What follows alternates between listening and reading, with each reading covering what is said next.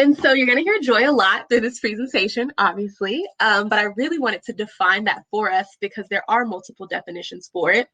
And if you Google, you'll probably find that joy is known as happiness regardless of circumstances.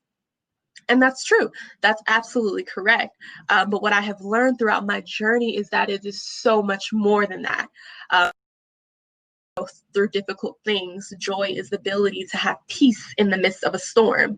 And I was really talking to a friend this morning because I wanted to really figure out, how can I lay this message on someone's heart today, and how can I make it resonate?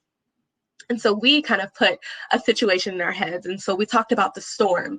It's raining, there's a hurricane, there's a thunderstorm, whatever kind of storm your life may be experiencing right now, there's a storm.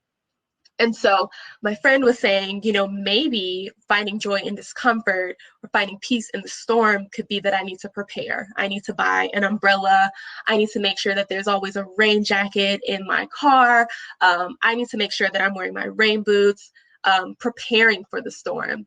But as we continued through the conversation, we really came to the conclusion that that's not necessarily finding peace in the storm. Finding peace in the storm is really learning to appreciate the rain and learning to enjoy the rain. And sometimes we have to put ourselves in the mindset to do that. And so I'm going to appreciate the rain by reminding myself that flowers come through the rain.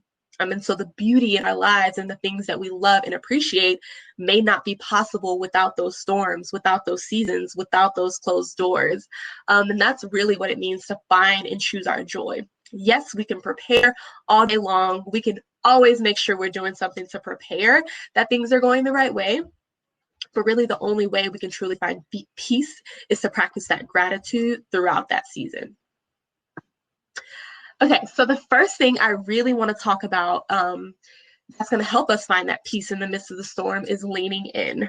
And leaning in is just something that I like to use as a metaphorical way of feeling, trusting those feelings, but not falling victim to those feelings. And so leaning in is not necessarily falling, but allowing yourself to kind of get in there. And so the first step that I like to do and really love to share is the 45 minutes a day rule. And so the 45 minutes a day rule is really just an opportunity to give yourself time to experience and to feel everything that you are feeling. This will help you to develop a relationship with your emotions and will remind you that it is normal to feel that way. And let me put it into a visual for you all. I'm having a bad day. Things aren't going well. Things aren't working out the way I planned. It happens. It has probably happened to somebody today already. And what this is for myself is, okay, I'm going to sit and I'm going to give myself 45 minutes. And those 45 minutes are going to allow me to cry. Those 45 minutes are going to allow me to really think through why I'm feeling this way, to really process those emotions that I'm having for myself. But those 45 minutes is where I stop and I cap it off. It's normal, yes. So I'm going to give myself that time, but I will not allow myself to sit in that time throughout the entire day. So the second, don't escape it. And that's the point of the 45 minutes a day. If we continue to go throughout our day without recognizing why we're feeling that way or feeling the way we feel because of the storm, we will never truly understand those feelings and we will never be able to have control and to be able to possess that peace we talked about. And so what I call it is a self-care circle. And so self-care, as sometimes social media or the internet tries to convince us, is really just escaping the things that we're experiencing. But when we do that, we end up in a cycle. We end up in a cycle of stress, discomfort, sadness, and then we go to find something to cover that, to mask it, to get rid of it. And what that does is provides us with temporary happiness. And the second that temporary happiness has ran its course, we're in more stress. And we're looking for more temporary happiness. It's a cycle, but that cycle comes when we try to escape those feelings instead of allowing ourselves to feel. So trust yourself through those feelings and recognize that you are strong enough to get through it. But that comes after we humanize ourselves in the situation and allow ourselves to feel. So the last point for leaning in is avoiding becoming the victim to those circumstances. And so really what that is just allowing yourself to step back from it the second you realize that it's chipping away at your worth, or it's chipping away at your mindset, or it's chipping away at your joy. So when those negative thoughts are creeping in your head, you have to stop them there, take them captive there, and recognize that that is not me talking. that is my circumstance talking for me. Okay, and so the way that we can really pivot away from those seasons of discomfort is to practice gratitude. And that sounds really crazy, but gratitude unlocks joy. Brene Brown is one of my favorite speakers, one of my favorite researchers. So here's another quote, and this one's from Brene, but she said, "There is no joy without gratitude." And so gratitude allows us to put our lives into perspective. So if I wake up every morning and the first thing that I do is thank God for the things that are going right instead of focus on the things that may go wrong, that already positions my mindset for the day. And so I'll start my day knowing that, yes, I woke up healthy. I woke up without symptoms of the coronavirus. I woke up and everyone I loved was okay and home and safe and healthy. I woke up and I have a job to go to. Thank you, God. I woke up and I have the opportunity to use those skills that I have. That is gratitude, and that puts our day and our lives into perspective. Secondly, practicing gratitude really comes when we point out the little things, when we romanticize our lives. And that's something I tell myself every day, because if I can make my life seem like the most beautiful, perfect life in my head, there's nothing throughout my day that can convince me otherwise. Things will happen, things will go wrong, but I live a beautiful life that is designed specifically for me. So point out the little things. First little thing that I pointed out today was that I made myself the perfect cup of coffee. And that's literally how I start romanticizing my day every single day of the week. This is the best cup of coffee I've ever had in my life. And this is the most beautiful day I've seen all week. I am so happy that I have a computer that is working and I have an office that I'm able to sit in at home, even though I want to get out of this house. It's a blessing that I have a home to work from.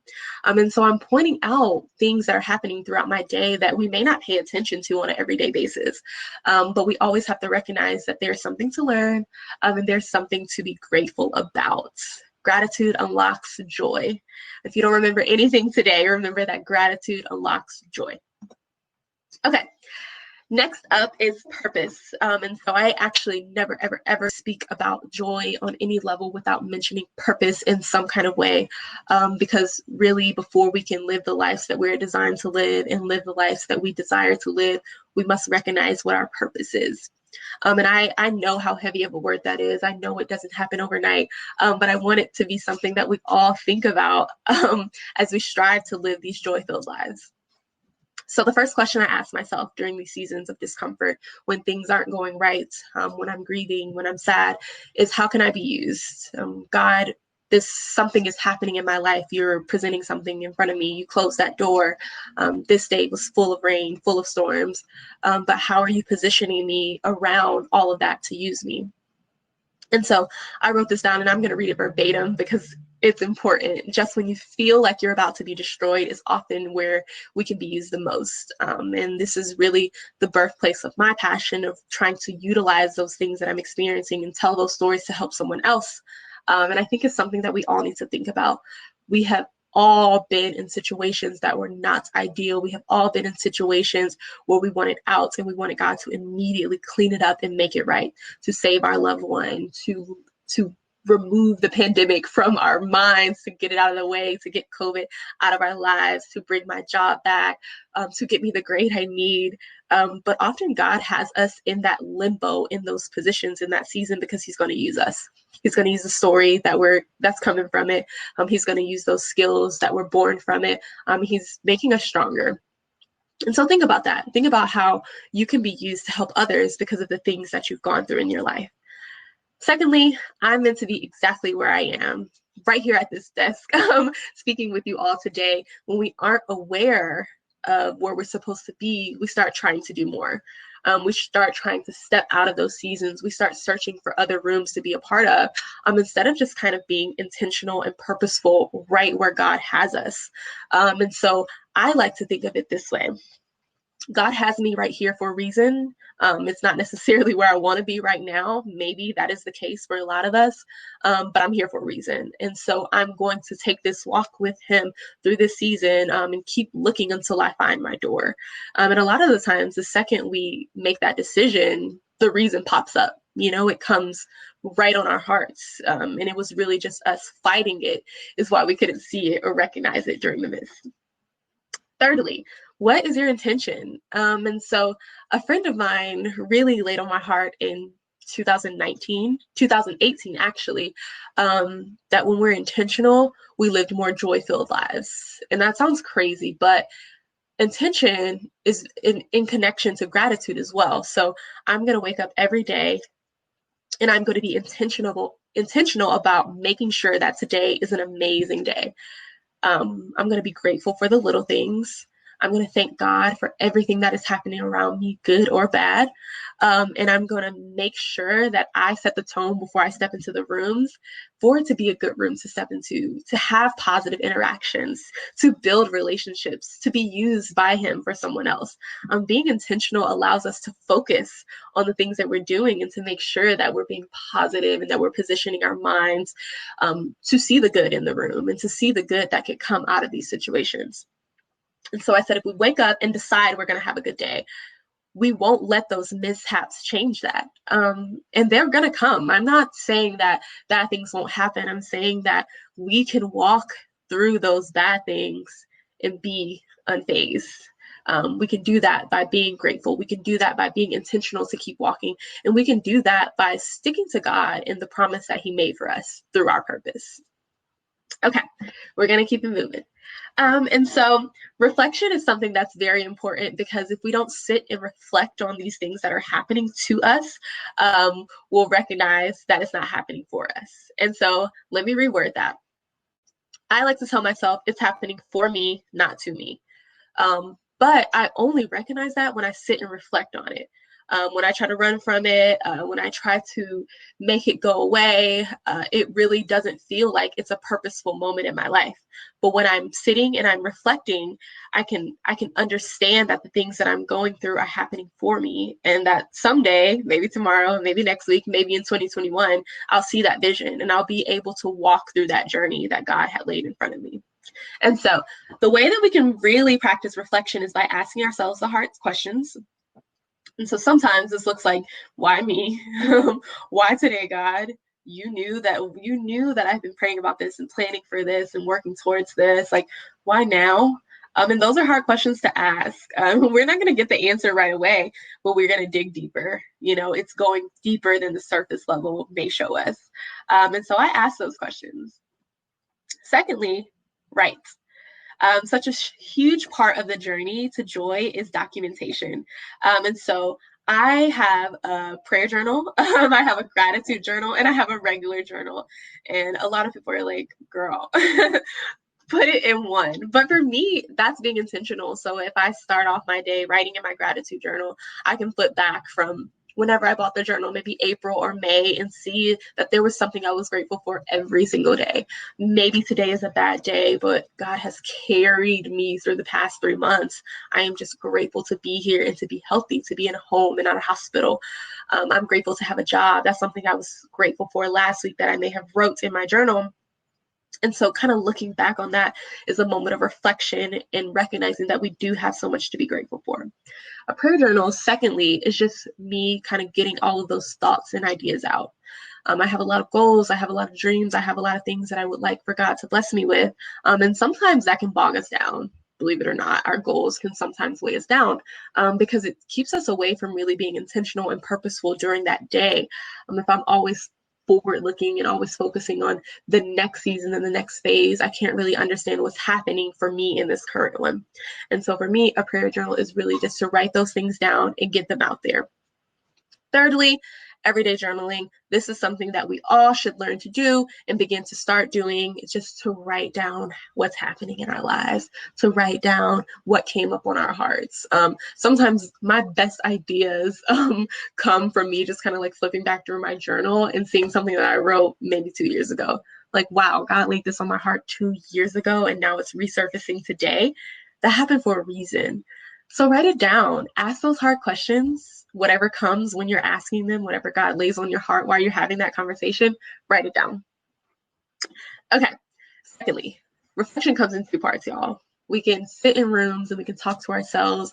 We bow our heads in prayer, we talk to God, but we really have to make sure that when we come up, when we leave those rooms, and when we're leaving those moments of reflection, that we're doing the work outside as well. And so I always like to say, talk to someone, whether that's a therapist, whether that's your mom, whether that's your friend, whether that's a coworker, whether that's your kids, like have that conversation. And prayer is a part of having those conversations as well. So I said, verbal expression can lift weight off your shoulders that you didn't even know was there. I can't count on my hands how many times that I've had a conversation with a friend, and I just poured out my heart to her. And afterwards, I felt better. I felt lighter. We didn't necessarily find the solution to my problem. We didn't necessarily save the day, but just kind of like really talking it through helped me. It helped me realize that, maybe there's something more of this. Maybe it's happening for me, not to me. Next up, walk. So once you've had these conversations with yourselves, you have to translate them into action. And so I always say that joy is consistent effort, it's consistent work, it's walking the talk.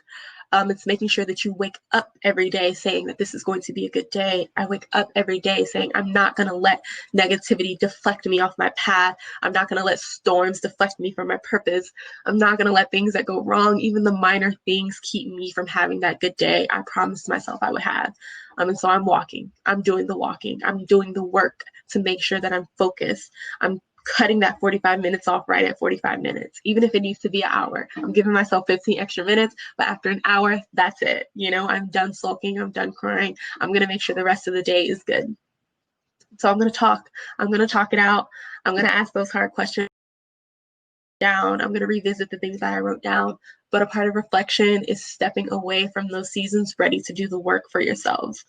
And this is just one of the most important parts of finding that joy in discomfort. We can practice gratitude. We can be grateful. We can be intentional. We can make sure that every day is a better day than the last, but we have to be consistent in it. Joy is not something that you just have when you wake up and it's just on your heart, but we have to make sure we're pushing through those seasons. We have to make sure we're appreciating the rain.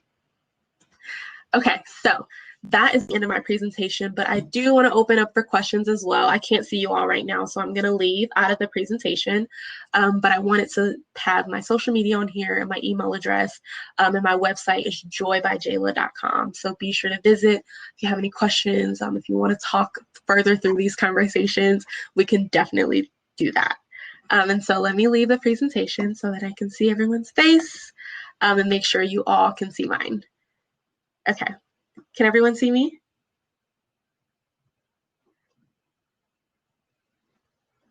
Okay.